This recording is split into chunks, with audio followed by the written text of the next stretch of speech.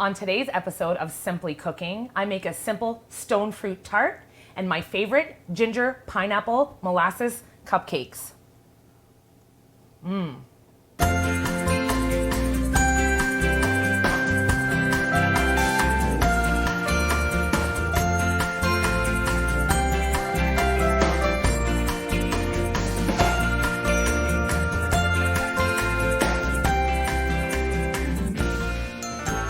I am not a baker, but I do enjoy doing some quick sweets every once in a while. I don't tend to follow recipes, so I kind of just make them up. And today I'm doing a sweets episode.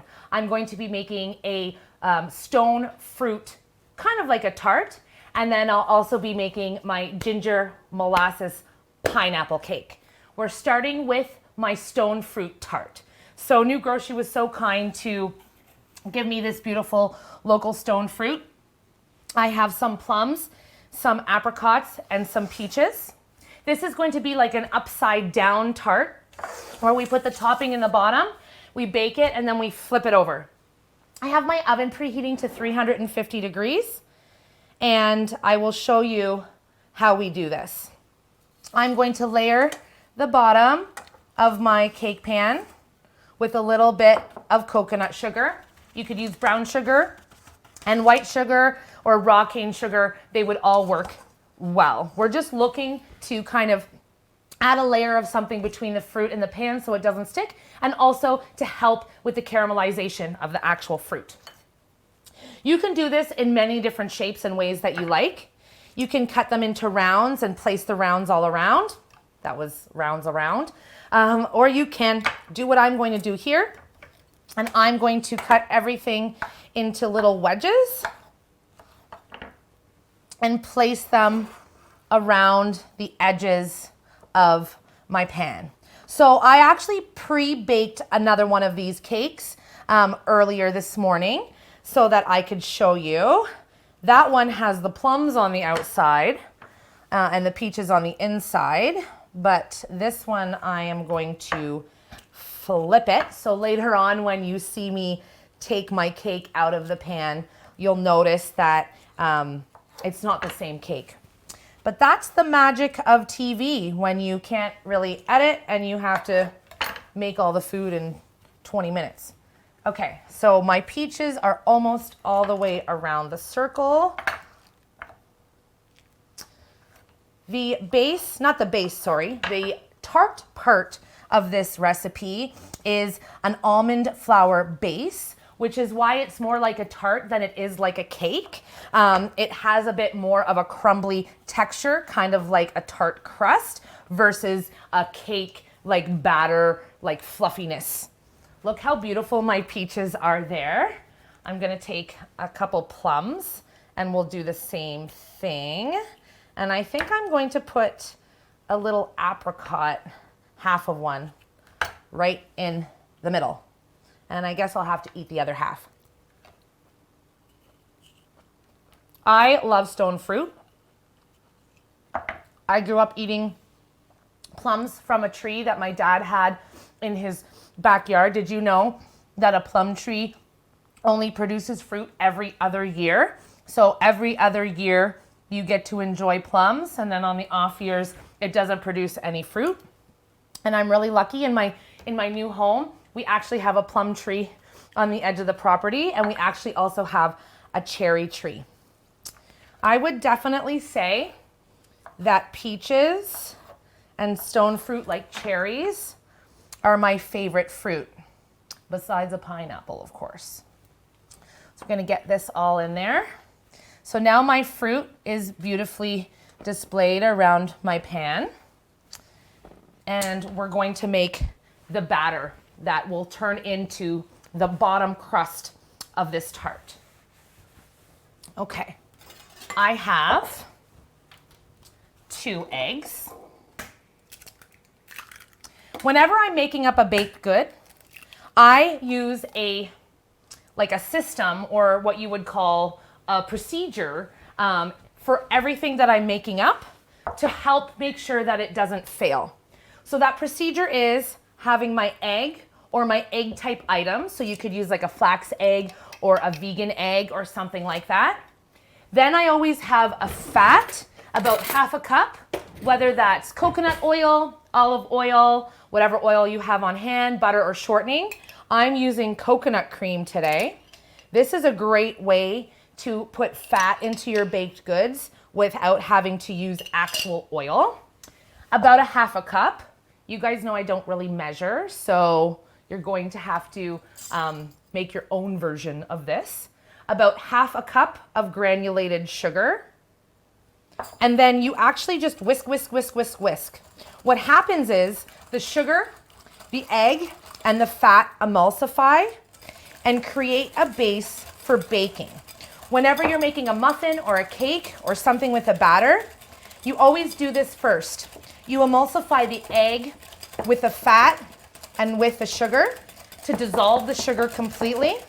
And what it does is it sets up the right environment for your batter to have a nice consistency when baking.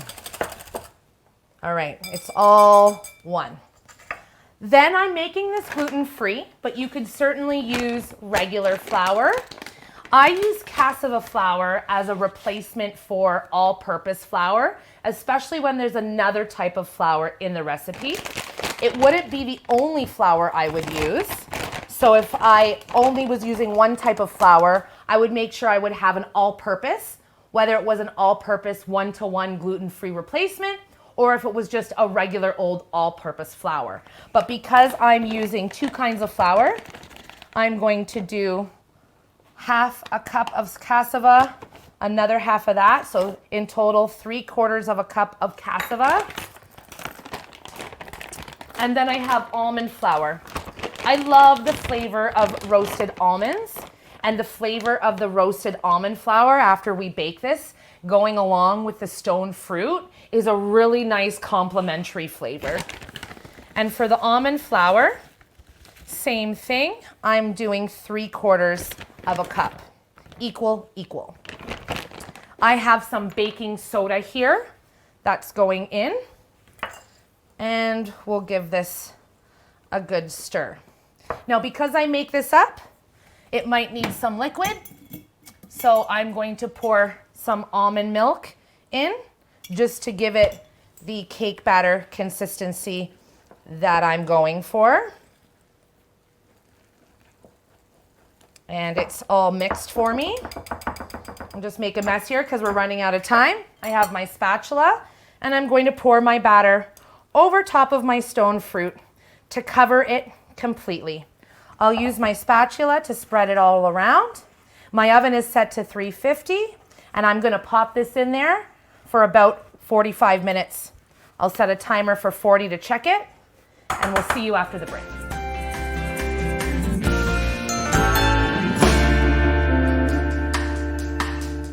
Be sure to follow Daniela on Instagram at MmmChef for all the latest posts, including behind-the-scenes looks of the Simply Cooking set and some delicious culinary creations that will definitely make you hungry.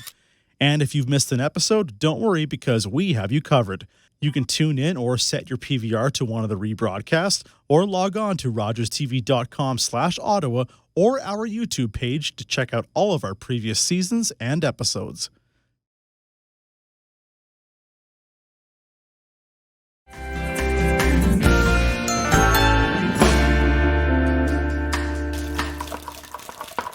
So my peach and plum apricot tart is in the oven at 350 baking. And now I'm going to show you my pineapple ginger molasses cake, but I'm making it into large cupcakes. So this is a trick I like to do when I don't have any muffin tin liners that are the right size, because these are a double large muffin tin. I actually just make my own by cutting squares of parchment paper. And then I take a mason jar that has a similar size to what I'm looking for. I push it in really well, and then I go around in a circle. And then these will act as my little paper liners. They're kind of flying out right now, but as soon as I pour that batter in, they'll stay down. Okay, so this cake is a cake that I was inspired to make, but also just made it up while I was in Jamaica this past January. And these, to me, all the flavors in this cake are the flavors of Jamaica. But we're gonna be starting this with the same way that we started the tart, because like I said, there's a certain procedure to doing baked goods, and I like to follow that procedure with all the baked goods that I make, especially, like I said, if they're gluten-free, which this is going to be. So I've got my egg. For my sweetener for this one, I'm using molasses. I'm using about a half a cup of molasses. This guy is so thick and sticky. And then for some real sweetness, I'm also going to bump it up with a little bit of maple. Let's see, this is much thicker than I thought it was going to be. There we go. Get rid of this. I have to rinse my sticky finger. Okay, we have molasses, and then I have some maple syrup. At this point, you could use honey. You could use whatever type of liquid syrup that you want to use. Liquid sugar, I apologize.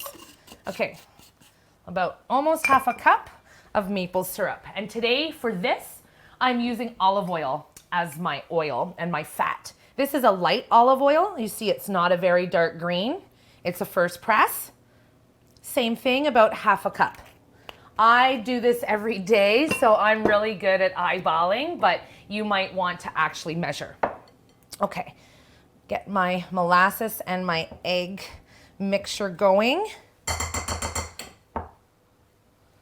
And I don't have a whisk, but I do have a fork, and it will work just as well. So I'm whisking this really well to incorporate the fat with the sweet, with the egg. Do you see how it almost changes consistency as it's amalgamating together? And now it's like one conducive situation. This recipe I made up in Jamaica. I actually had a cake mix while I was there, but had gone to the local market and had found molasses, of course pineapple, an orange. My original recipe actually had banana in it as well, and in Jamaica it seemed to work really, really well. But the few times that I tested it here in Canada with the banana as the base, they tend to fall. So I took the banana out and find that I get a much better product. Okay, so I'm making sure not to waste any part of this. We're using the zest. This actually isn't even an orange. This happens to be a mandarin. And when I went to the store to buy oranges, I was just so impressed with the size. I had to buy this instead of an orange. I'm using the juice of the mandarin as my liquid for this one. Oh, this one's nice and juicy. Again, this is kind of why I eyeball, and because I know the procedure and the consistency that I'm looking for as a chef who does this all the time, I can easily eyeball and adjust as I go. But you could certainly use a cake mix, and then you would add for the equal parts that the cake mix is asking you for, like liquid and oil, you can just replace those with the things that I'm using here. And then I have this jar of chopped pineapple. You know I always have pineapple in my fridge, so this is going into my batter as well. Now, just like my tart, I'm going to be using both cassava flour and almond flour, but this time the ratio, instead of equal parts, I will have more like only half a cup of almond flour in total, and the rest 1.5 cups of cassava flour.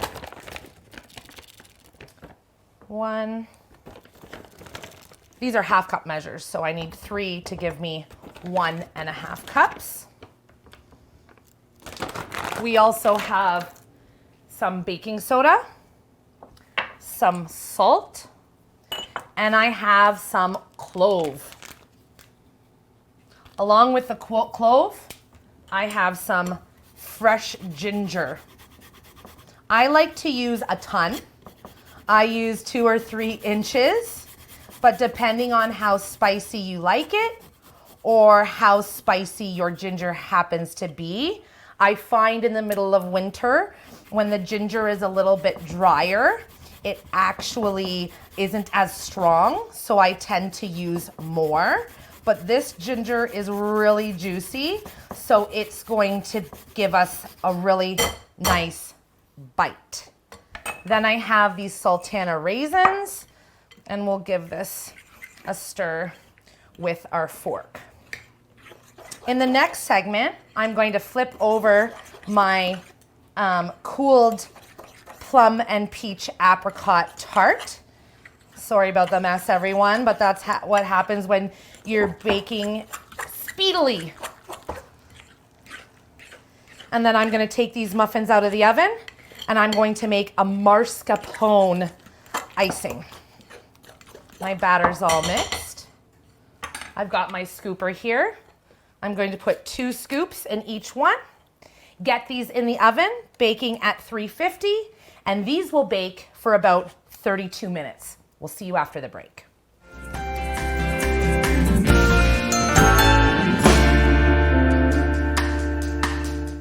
Food and discussion go hand in hand.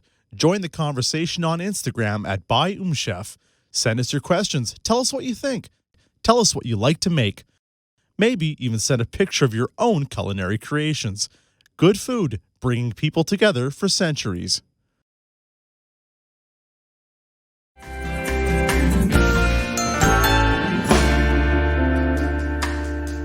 So my cake and my tart and my muffins are all baked. So I've got my beautiful ginger orange pineapple muffins here, and I've got my stone fruit tart that I've been so patiently waiting. As I mentioned, I had made these before, so I let them cool completely. When it comes to gluten-free baked goods, you really have to wait for them to cool 100% before you start cutting into them, because otherwise the very inside may still be gooey and you may have it fall on you. So let's see if I can do this. 1, 2, there we go. Is it gonna come off for me? Oh, it's not. I need to grab a spatula. Okay. I don't want to ruin it. I want it to look really pretty, so bear with me. Pretty good, pretty good. It's still nice and pretty. See that? All my plums around the outside with my peaches in the middle ring and my beautiful little apricot piece right in the center there. Now this is ready to slice and eat with an afternoon coffee. You could put some icing sugar, powdered sugar on top to make it really pretty, but I actually like the way that it looks, so it's just gonna stay like that. Then I have this topping that I'd like to make for my ginger molasses pineapple orange concoctions. This is something that I love to make as a take on like traditional Philadelphia style cream cheese icing. So instead of actual cream cheese, I have some marscapone here, which is an Italian version of a cream cheese. It's a little bit more expensive than a North American cream cheese, and it has a different mouthfeel and a little bit more of a tang. You can definitely taste the tanginess in a mascarpone compared to a cream cheese. I took this out of the refrigerator almost an hour ago because I wanted the cream to get nice and soft so that it would be easy for me to mix together. Okay, got my whisk. I've got some vanilla here. This is a syrupy vanilla. I'm choosing to use this kind because I can use a little bit more. It's not as strong as a regular like alcohol-based vanilla extract. Then I'm going to add about a 1/4 cup of maple syrup. Again, you could use another liquid sweetener here. Honey would be really nice in this. And then I just have some regular milk that I might not even use, but I've got it here ready for me because as I mix this together, if I need a little bit of milk to help it kind of be thinner, I can do that. Look at that beauty. I think it's actually no, maybe just a tiny little bit to bring it out. And I love salt in all baked and sweet things because the salt will really help bring out the flavor of the maple syrup and balance it really nicely. So I'm going to also add a little pinch of salt over the shoulder for luck. And well, you can always tell how good something is by the mess in the kitchen. So now that little bit of milk, see, kind of just brought this to a beautiful icing consistency. All right, I'll get rid of that. I'll wipe up this spilt milk. No need to cry over spilt milk. And I'm going to have to taste this in front of you. So I have my little cake. These also have cooled completely because the batter is very wet. And the almond flour and the cassava flour, unlike a traditional wheat all-purpose flour, doesn't have the capacity to absorb the liquid in the same way. So that's another reason why we allow it to cool 100%, so that when I open this up, it's not all gummy inside, but it's held its shape really nicely. And all I can smell is the ginger. All right. Let's ice these. We could put this into a piping bag or into a large Ziploc bag and cut the end off so that we can get a nice design. But I'm a rustic chef and I don't really have a lot of patience like a baker does. So I'm just going to use my spatula to get that on there. This is where you could actually put a beautiful piece of orange zest on top, or a little tiny chunk of pineapple. If you were actually making these for like a celebration for someone's birthday or something, you might want to make them a little prettier than this. Okay, I'll use my fork. Oh, I had a fork, here it is. Let me cut into this cake so that you guys can see the texture on the inside. I know all my recipes are simple, so I hope this one was really simple for you. You can see the raisins and the pineapple, and I gotta give it a taste. I hope you try this recipe. We'll see you next time.